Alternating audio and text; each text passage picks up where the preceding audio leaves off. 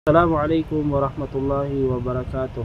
My name is Jamel Macarao and I'm a representative contenders from I'm2 Group Musabaka 2024. Alhamdulillahi wa kafa wa salatu wa salamu ala ibadihi alladhi mustafa amabad.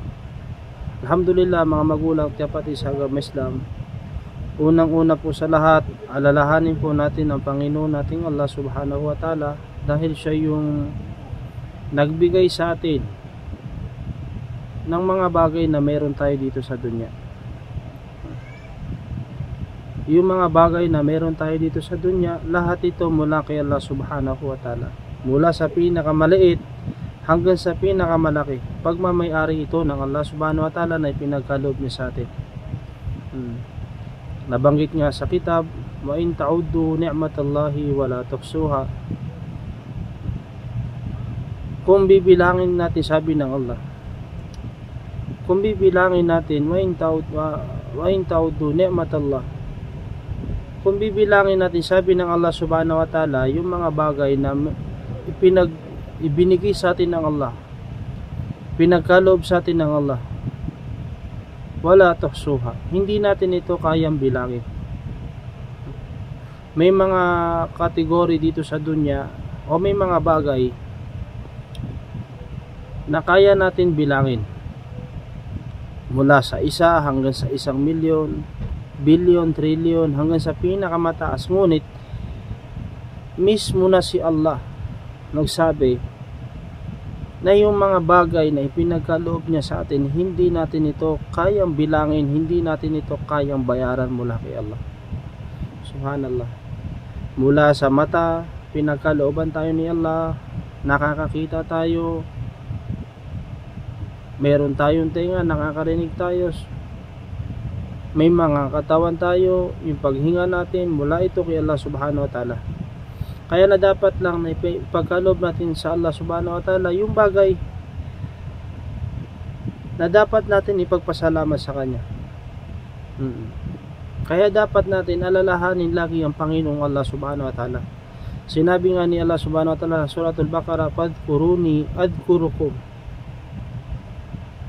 fadhkuruni adhkurukum washkuruli wala takfurun." Sinabi ni Allah subhanahu wa ta'ala, so remember me, I will remember you. Kumbaga, alalahanin niyo ako, sabi ni Allah. Alalahanin niyo ako, sabi ni Allah, ay aalalahanin ko rin kayo, sabi ng Allah. And be grateful to me, sabi ng Allah. And do not deny me. Magpasalamat kayo sa akin, sabi ng Allah, at huwag niyong itanggi. Do not deny me, sabi ng Allah. Magpasalamat tayo sa Allah subhanahu wa ta'ala at huwag natin itanggi ang Allah subhanahu wa ta'ala. Sa anong paraan hindi natin maitatanggi ang Panginoong Allah subhanahu wa ta'ala? Sa pamamaraan na sinasagawa natin yung mga kautusan ng Allah subhanahu wa ta'ala. Dahil ito lang yung bagay na bakit tayo binigay, bakit tayo nandito sa dunya. Bagay na nandito tayo sa dunya dahil sa paraan na tayo ay maging alipin ni Allah subhanahu wa ta'ala. Kaya mula sa pinakamaliit hanggang sa pinakamalaki nikmat ng Allah, tanawin natin itong utang na loob sa Allah, bayaran natin ito sa Allah subhanahu wa ta'ala. Ano yung paraan na para makapaglingkod, makapagbayad tayo sa Allah? Gawin natin yung agama ng Allah subhanahu wa ta'ala. Gawin natin yung iman, magkaroon tayo ng iman, gawin natin yung ibadat, gawin natin yung lahat ng mga ipinag-uutos ng Allah subhanahu wa ta'ala. Dahil yun din ang utos ng Allah. Ginawa namin yung buhay dito sa dunya, ginawa namin yung kamatayan. Liyabluwakum ayyukum ahsanu amala.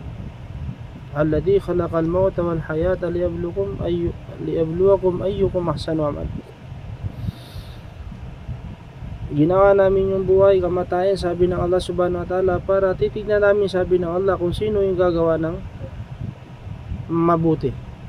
Ano yung mabuti? Mga pati sa agama Islam, ito yung agama ng Allah subhanahu wa ta'ala. gawin natin ito sa paraan na ikinakalugod ng Allah subhanahu wa ta'ala. Sinabi ni Nabi sallallahu alaihi wasallam, "Ya Abu Sufyan, ji'tukum bi karamatid dunya wa karamatil akhirah." O aking tiyuhin, sabi niya, kung gusto mo magtagumpay dito sa dunya, gawin mo yung agama ng Allah. Magtatagumpay ka dito sa dunya wal akhirat. Dunya wal akhirat. Dahil dito lang ipinaloob ng Allah subhanahu wa ta'ala yung pagtatagumpay ng bawat isa dito sa agama ng Allah subhanahu wa ta'ala. Yun na rin yung paraan, way natin para makapagpasalamat tayo sa Allah subhanahu wa ta'ala. Yung mga sahabatul kiram, hindi karamihan sa kanila mayaman, mahirap, magkakaiba yung antas ng mga sahaba. Pero nung trabahuin nila tong agama ng Allah, ridwanullahi alaihim, radiyallahu anhum maraduan, nalugod sa kanilang Allah, natuwa sa kanilang Allah subhanahu wa ta'ala. Bakit? Dahil ginampanan nila itong agama ng Allah subhanahu wa ta'ala. May mga mahirap sa kanila, katulad nung isang beses may dumating sa kanya dalawang mag-asawa,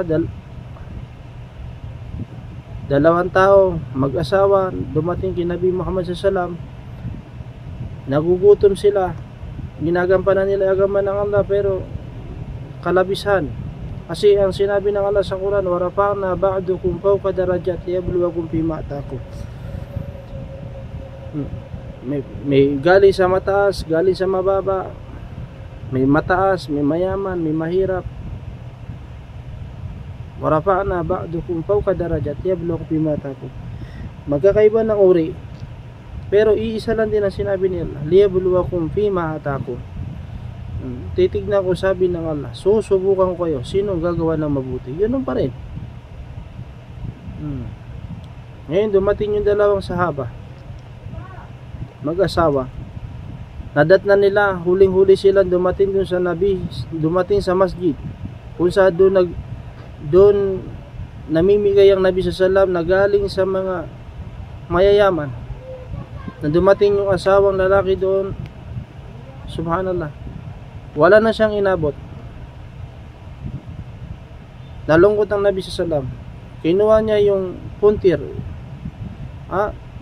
yung puntyar, di ko alam whatever kung anong tawag sa Tagalog.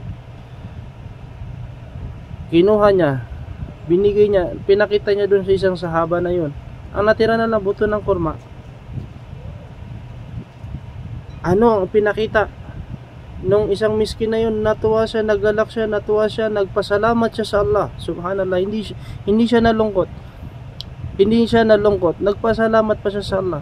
Nagpasalamat siya kay Nabi Muhammad sallallahu alaihi wasallam. Inuwi niya ito sa bahay.